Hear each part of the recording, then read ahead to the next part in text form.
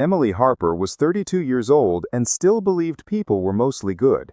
She lived alone in a small two-story house on Maple Street in Portland, Oregon, the kind of quiet neighborhood where everyone waved but nobody bothered you. Her auburn hair was always pulled back in a messy bun, her green eyes tired from 12-hour shifts as senior graphic designer at Cascade Creative Agency, and her bank account forever one surprise bill away from disaster. On the first Friday in November, the rain came down like the sky had decided to empty itself all at once. Emily was curled up on her couch in old sweatpants and a University of Oregon hoodie, eating Thai takeout straight from the container and watching reruns of The Office for the 100th time, when someone knocked hard on her front door. She froze with a forkful of pad thai halfway to her mouth. Nobody knocked on her door after 9 at night. Not her mom, who lived in Florida now, not her best friend Sarah, who always texted first, and definitely not the Jehovah's Witnesses in this weather. The knock came again, louder, followed by a small, scared voice that said, "Daddy, it's cold." Emily dropped her fork, wiped her hands on a napkin, and hurried to the door. When she opened it, wind and rain rushed in, and on her porch stood a tall man in a soaked navy peacoat, holding a little girl who couldn't have been more than 5 years old. The child's dark curls were plastered to her face, and she was shivering in a pink raincoat 2 sizes too big. "Please," the man said, voice rough with exhaustion. "I'm so sorry to bother you. Our car broke down 2 blocks away, my phone is dead, and every hotel I called is booked because of the marketing conference downtown. We just need somewhere dry for a few hours until AAA can get here." Water dripped from his dark hair onto his lashes. He had the kind of face that looked like it smiled a lot when it wasn't soaked and stressed. Strong jaw, a few days of stubble, tired blue eyes that still managed to look kind. The little girl buried her face in his neck and whispered, "I'm cold, Daddy." Emily's heart did that thing it always did when kids look scared. She stepped back without even thinking. Come in, you're both freezing." The man hesitated for half a second, like he wasn't used to people saying yes so fast, then carried his daughter inside. Emily shut the door against the storm and turned on every light in the living room. "I'm Emily. Shoes off, please. The carpet's new." She tried to sound casual, but her pulse was racing. She lived alone. She didn't know these people, but the kid's lips were turning blue. "I'm Ethan," the man said, setting the little girl down gently. "This is Lily. Thank you, really. I promise we'll be out of your hair as soon as the tow truck comes." Lily peeked out from behind his leg, big brown eyes taking everything in. She had her dad's mouth, but softer, rounder cheeks, and the longest eyelashes Emily had ever seen on a child. Emily knelt down so she wasn't towering over her. "Hi, Lily. Want some hot chocolate? I have the kind with the tiny marshmallows." Lily's eyes lit up, and she nodded so hard her wet curls bounced. While Ethan pulled off his coat and hung it on the rack by the door, Emily went to the kitchen and started heating milk. She could hear him in the living room talking softly to Lily. "See, baby? Told you we'd find nice people." His voice was deep, warm, the kind that made you want to lean in and listen. Emily peeked around the corner and saw him kneeling to take off Lily's rain boots, rubbing her little feet between his hands to warm them up. Something twisted in Emily's chest. She hadn't been around kids much since her sister moved away, but watching this dad be so gentle made her throat tight. She brought 2 mugs of hot chocolate into the living room, one with extra marshmallows for Lily and one plain for Ethan. He took it gratefully, wrapping both hands around the mug like he hadn't been warm in years. "This is really kind of you. I feel like an idiot. The rental car just died, no warning, and then the storm." Emily waved it off and sat on the armchair across from them. Lily climbed up onto the couch next to her dad, legs swinging, sipping her drink and leaving a marshmallow mustache. Emily smiled. "It's fine. Portland rain is no joke. You guys aren't from around here?" Ethan shook his head. "Connecticut originally, but we've been moving around the last couple years for work. I just started a new job here, actually. Monday's my first day." He said it casually, but Emily caught the way his shoulders tensed, like the new job was a bigger deal than he was letting on. Lily yawned hugely and leaned against his side. "Daddy, can we stay till the rain stops, please?" Ethan kissed the top of her head. "We're just borrowing the couch for a little bit, Munchkin." Emily glanced at the window. The rain was coming down harder, wind rattling the glass. The idea of sending them back out there made her stomach hurt. "Listen, the tow truck's going to be hours in this mess. You can stay the night. I have a guest room with a queen bed, and Lily can sleep there with you, or I can make up the couch. Whatever you're comfortable with." Ethan opened his mouth, probably to argue, but Lily looked up at him with those huge eyes and whispered, "Please, Daddy, I like Emily. She has marshmallows."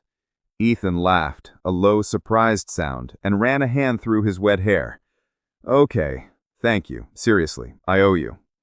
Emily showed them upstairs. The guest room was at the end of the hall, painted soft gray with white curtains and an old quilt her grandma had made. She found extra towels and an old pair of her ex-boyfriend's sweatpants that might fit Ethan. "Bathroom's right there if you want to shower and warm up. I'll find something for Lily to sleep in." Lily was already bouncing on the bed, declaring it the bounciest ever. Ethan caught Emily's eye and mouthed "thank you" again.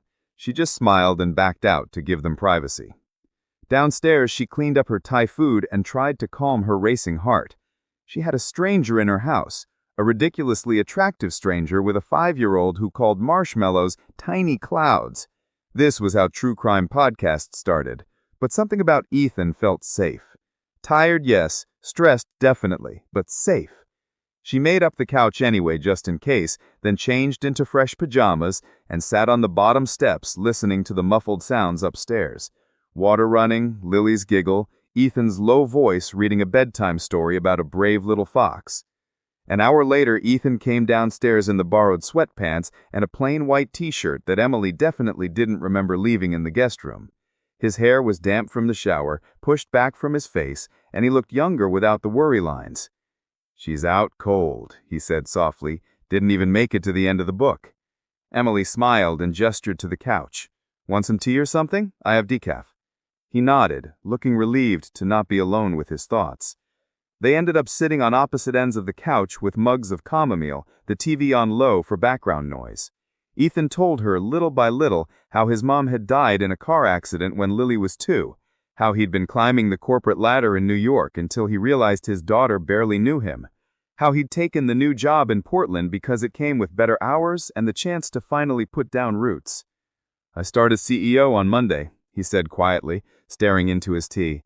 "Some private equity firm bought Cascade Creative last month and cleaned house. New broom sweeps clean, I guess." Emily's mug stopped halfway to her mouth. Cascade Creative, her company, the one she'd poured 8 years of her life into, the one where everyone was whispering about the mysterious new CEO who'd fired half the C-suite before even moving to Oregon. She set her mug down carefully. Cascade Creative. Ethan looked up, frowning slightly. "Yeah, why?" Emily forced a smile that felt like plastic. "That's where I work. Senior graphic designer. Emily Harper." The color drained from Ethan's face. He sat up straighter, eyes wide. "You're kidding." She shook her head. "Small world, huh?" For a long moment, neither of them spoke. Outside, thunder rolled. Ethan rubbed a hand over his jaw. "Emily, I swear I didn't know. If I'd had any idea." She held up a hand. "It's fine. You needed help. I'd do the same thing tomorrow, even knowing who you are." But inside, her stomach was in knots. Ethan looked like he wanted to say 1,000 things at once. Instead, he just nodded. "I should let you get to bed. Early meeting tomorrow, ironically." He stood up, towering over her even barefoot. "Thank you again, for everything." Emily walked him to the stairs. "Guest room's yours. Sleep as late as you want. I'll make pancakes for Lily in the morning." He paused on the first step, looking down at her with an expression she couldn't quite read. "You're a good person, Emily Harper." Then he disappeared upstairs, and she was left standing in her quiet living room, wondering how her life had turned into a Hallmark movie overnight. Saturday morning smelled like coffee and cinnamon. Emily woke up earlier than usual, nerves buzzing. She tiptoed downstairs and started pancake batter, adding extra vanilla because kids like that, right? She was flipping the first batch when small feet pattered into the kitchen. Lily stood in the doorway wearing one of Emily's old college t-shirts as a nightgown, hair a wild halo. "Do you have chocolate chips?" she asked hopefully. Emily grinned. "In the pantry, top shelf. Want to help?" Lily squealed and ran over, climbing onto the step stool Emily pulled out. Ethan appeared 10 minutes later, hair still damp from another shower, wearing the same clothes from yesterday, but somehow looking less like a drowned rat and more like a J. Crew model who'd accidentally time-traveled. He leaned in the doorway, watching Lily carefully place exactly 3 chocolate chips on each pancake. "Morning," he said, voice rough from sleep. Emily's stomach flipped. "Coffee's ready. Mugs are above the pot." He poured himself a cup and leaned against the counter, close enough that she could smell her own shampoo on him. Dangerous territory. They ate breakfast at the small kitchen table, Lily chattering about kindergarten and how her teacher let them finger paint on Fridays. Ethan listened like every word was gold. Emily watched the way he cut Lily's pancakes into tiny bites, the way he wiped chocolate from her chin without her even noticing. When Lily asked if they could stay another night because Emily makes the best pancakes in the whole world, Ethan's eyes flicked to Emily, questioning. She should say no. She had laundry to do, groceries to buy, a life that didn't include handsome CEOs and their adorable daughters. Instead, she heard herself say, "One more night won't hurt. Storm's supposed to get worse anyway." The day passed in a blur of cozy domesticity Emily hadn't known she was missing. They built a blanket fort in the living room that collapsed on Ethan 3 times, making Lily laugh until she hiccuped. They watched Frozen twice because Lily insisted Ethan had never seen it. He knew every word. When the rain finally slowed to a drizzle, Emily bundled them up and took them to the Saturday farmers market 2 blocks away. Lily held both their hands, swinging between them like it was the most natural thing in the world. Ethan bought Emily a bouquet of sunflowers because your kitchen needs something cheerful. She pretended her face wasn't on fire. That night, after Lily fell asleep, Ethan found Emily in the kitchen washing dishes. He took the sponge from her hand without asking and started washing while she dried. Their shoulders brushed every time they moved. "I should go tomorrow," he said quietly.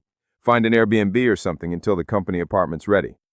Emily nodded, focusing very hard on a plate that was already clean. "Yeah, probably."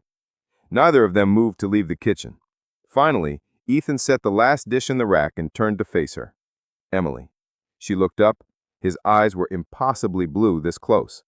"I don't want to." She swallowed. "Don't want to what?"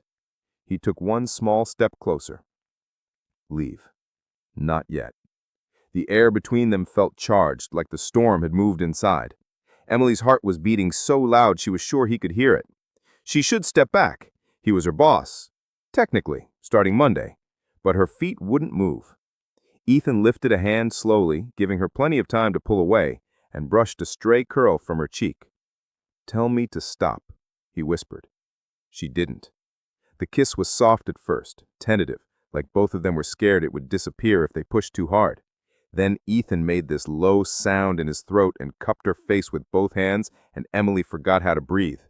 She kissed him back like she'd been waiting years for this exact moment. His mouth was warm and tasted like coffee and the chocolate chip pancakes they'd shared. When they finally pulled apart, foreheads resting together, Ethan laughed shakily. That was, yeah, me too. They didn't sleep together that night. They weren't ready for that, not with Lily down the hall and Monday looming like a guillotine. Instead, they stayed up till 3 a.m. on the couch, talking about everything and nothing. Ethan told her about growing up in a tiny town in Connecticut, how he'd been the poor kid with hand-me-down clothes who swore he'd never struggle again. Emily told him about her dad leaving when she was 10, how she'd learned early that people don't always stay. When they finally fell asleep, it was tangled together under a throw blanket, fully clothed, Ethan's arm around her waist and her head on his chest, listening to his heartbeat. Saturday morning was quiet, too quiet. Ethan's phone had charged overnight and was blowing up with emails about tomorrow's all-hands meeting, where he'd introduce himself as the new CEO. Emily wore her best blazer and tried to look like someone who definitely didn't make out with the boss all weekend. She sat in the 3rd row of the conference room with Sarah, who kept whispering conspiracy theories about the mysterious Ethan Caldwell. When the door opened and Ethan walked in wearing a charcoal suit that cost more than Emily's rent, the room went dead silent.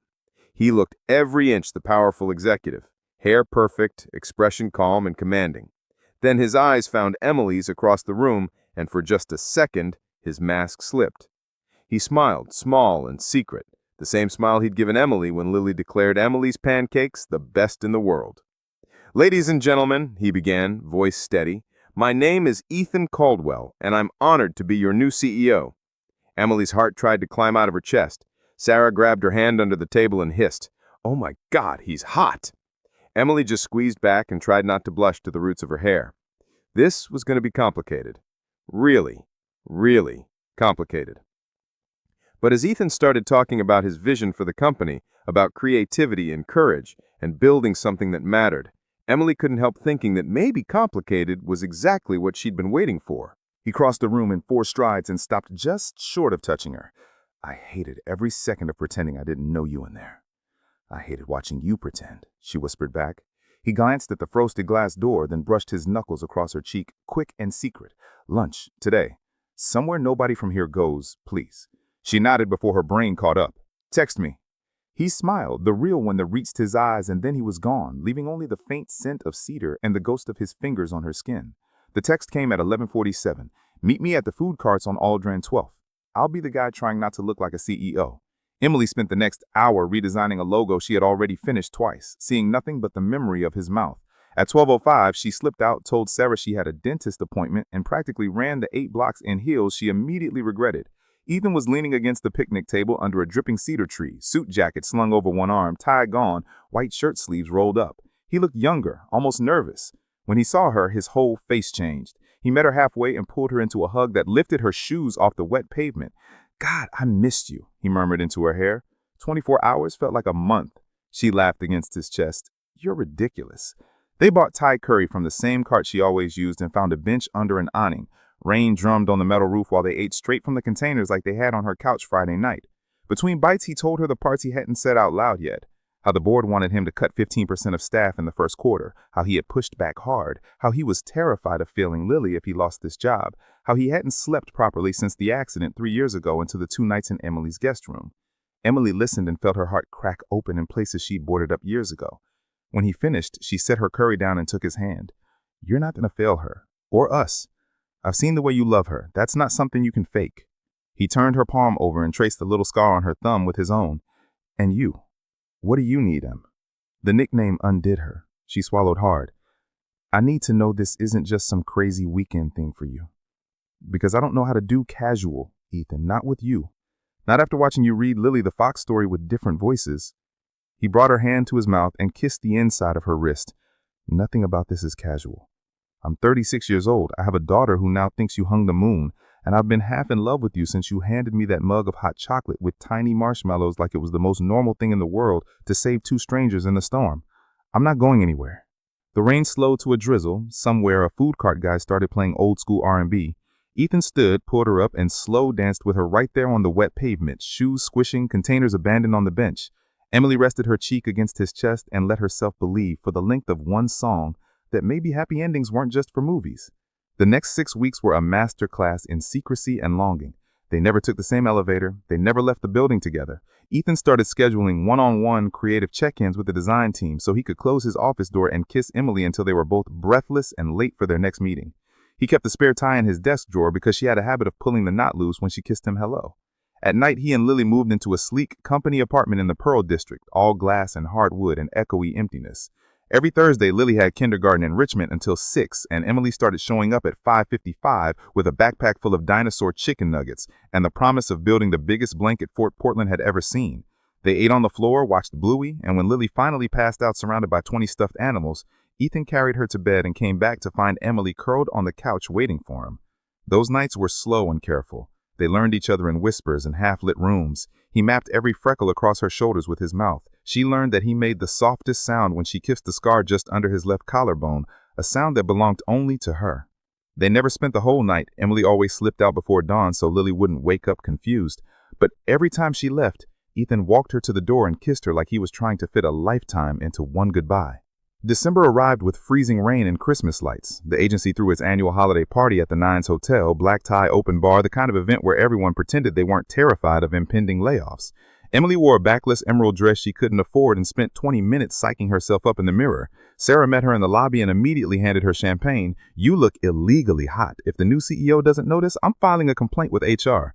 Ethan noticed. He was across the ballroom talking to investors, but the moment Emily walked in, his eyes locked on her like gravity had shifted. She felt it on her skin for the rest of the night. Every time their gazes met, heat flashed through her so hard she had to look away or risk giving them away right there on the dance floor. At 10:30, the string quartet started playing Have Yourself a Merry Christmas, and Ethan appeared at her elbow as if he had teleported. Dance with me, he said quietly. It wasn't a question. On the dance floor, he kept a careful 6 inches of space between them, the perfect boss-employee distance. His hand rested lightly at the small of her back, thumb brushing bare skin where the dress dipped low. To anyone watching, they were just being polite. Emily's heart was sprinting. "I want to kiss you so badly right now I can't think," he murmured against her temple. "Same," she whispered back, "but Sarah's watching us like a hawk." He smiled into her hair. "Let her. I'm done hiding." She pulled back just enough to see his face. "What?" "I'm telling them after the holidays. HR, the board, everyone. I love you, Emily Harper. I'm not spending another month pretending I don't." The song ended. Applause rippled around them. Emily felt like she was floating 6 inches off the marble floor. "You're sure?" He leaned in, lips barely brushing her ear. "I've been more sure of nothing." Christmas Eve fell on Thursday. Lily had been vibrating with excitement for weeks. Emily arrived at the apartment at 4 with grocery bags and the ugliest Christmas sweater she could find, reindeer with actual 3D pom-pom noses. Lily greeted her wearing fairy wings over her pajamas and dragged her straight to the tree to hang the last ornament, a glittery macaroni star she'd made at school. They baked cookies while Ethan pretended to work in the office nook, sneaking in every 5 minutes to steal dough and kiss Emily when Lily wasn't looking. At 7, they bundled up and walked to the big tree lighting in Pie and Jest Square. Lily rode on Ethan's shoulders, squealing every time the lights changed color. Emily held his hand inside his coat where no one could see. Snow started falling, fat, lazy flakes that stuck to Lily's eyelashes. Ethan looked over at Emily, eyes shining brighter than the tree, and mouthed, "I love you." Later, after Lily was asleep on the couch surrounded by new books and a stuffed narwhal from Santa, Ethan pulled Emily into the bedroom and closed the door. He kissed her slow and deep, hands sliding under the ridiculous sweater to find warm skin. "Stay," he whispered against her mouth. "All night, please." She stayed. Christmas morning, Lily burst into the bedroom at 6:03 a.m. screaming that Santa had eaten all the cookies and left her a bicycle with tassels. She stopped short when she saw Emily in one of Ethan's t-shirts, hair a mess, clearly not coming from the guest room. For one terrifying second, Emily thought they'd scarred the child for life. Then Lily's face broke into the biggest grin in the history of 5-year-olds. "Does this mean Emily is staying forever? Because Santa brought an extra stocking and it has your name on it." She pointed to the living room where, sure enough, a red felt stocking embroidered Emily hung between theirs. The all-hands meeting ended with polite applause and the rustle of 200 people trying to figure out whether the new CEO was going to be a savior or an axe murderer. Emily stayed glued to her chair, pretending to check emails on her phone while the room emptied. Sarah tugged her sleeve. "Come on, coffee emergency! I need to process that man's jawline!" Emily forced a laugh and promised to catch up in 5 minutes. When the conference room was finally empty, except for the low hum of the projector cooling down, Ethan closed the door with a soft click and leaned back against it. For 10 full seconds, they just stared at each other across the long mahogany table. He looked impossibly tall and untouchable in the suit, nothing like the man who had fallen asleep on her couch with Lily's stuffed fox tucked under his chin. Emily's pulse was hammering so hard she was sure the microphone still on the table could pick it up. "Hi," he said at last, voice slow. "Hi yourself, Mr. Caldwell." She tried for teasing, but it came out shaky. Ethan laughed until he cried. Emily did too, pulling Lily into the bed for a group hug that smelled like cinnamon and pine needles and the beginning of everything good. January brought the layoffs everyone had been dreading, but Ethan fought for every job he could save. The design department stayed intact.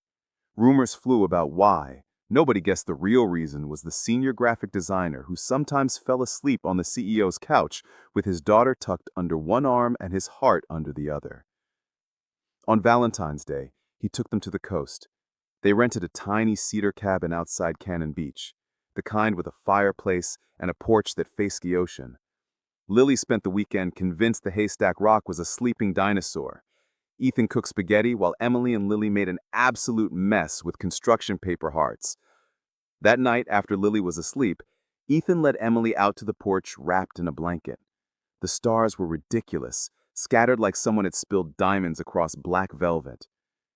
He dropped to one knee right there on the cold wood, ring box open in a shaking hand. The diamond was small but perfect, vintage, the kind of ring that had a story. "Emily Harper," he said, voice rough, "you gave us shelter on the worst night of our lives and turned it into the best thing that ever happened to us. Marry me. Let us keep you forever." She tackled him before he could stand up, kissing him so hard they almost fell off the porch. "Yes," she laughed through happy tears. "1,000 times yes. Lily woke up to the noise and ran out in her pajamas, demanding to know why Daddy was on the floor. When they showed her the ring, she screamed loud enough to wake the sleeping dinosaur and declared that Emily was now officially her bonus mom. They got married in May, under the cherry blossoms in Waterfront Park. Lily wore a flower crown and carried a basket of petals she mostly threw at people's shoes. Sarah was maid of honor and cried through her entire speech about how some storms are just love in disguise. Ethan's vows were short because he kept having to stop and clear his throat. Emily's made everyone cry, especially the part where she thanked him for breaking down on the exact stretch of road that led to her front door. That night, in the hotel suite overlooking the city, Ethan carried her over the threshold and set her down gently like she was something priceless. Lily was with Sarah for the night, so for the first time they had no reason to be quiet. They took their time, learning each inch of forever in the dark, whispering promises against skin that tasted like champagne and salt. 2 years later, Emily stood in the kitchen of the house on Maple Street, the one they'd bought together the month after the wedding, stirring macaroni and cheese while their newborn son Noah dozed in the baby swing. Lily, now 7 going on 17, was at the table finishing homework and telling Ethan in excruciating detail about the school play. Ethan leaned against the counter exactly where he had that very first morning, arms crossed, watching them like he still couldn't believe this was his life. Emily caught his eye and smiled. Outside, rain started to fall, soft and steady, the kind of Portland rain that makes everything green grow. Ethan crossed the kitchen, wrapped his arms around her from behind, and rested his chin on her shoulder. "Thank you," he whispered into her hair, same words he'd said the night she opened her door to 2 half-drowned strangers. She turned in his arms and kissed him slow and sweet, tasting home. "Anytime," she whispered back. "Always." And somewhere in the sound of the rain against the windows, if you listened very carefully, you could hear the storm that had changed everything, still singing them to sleep.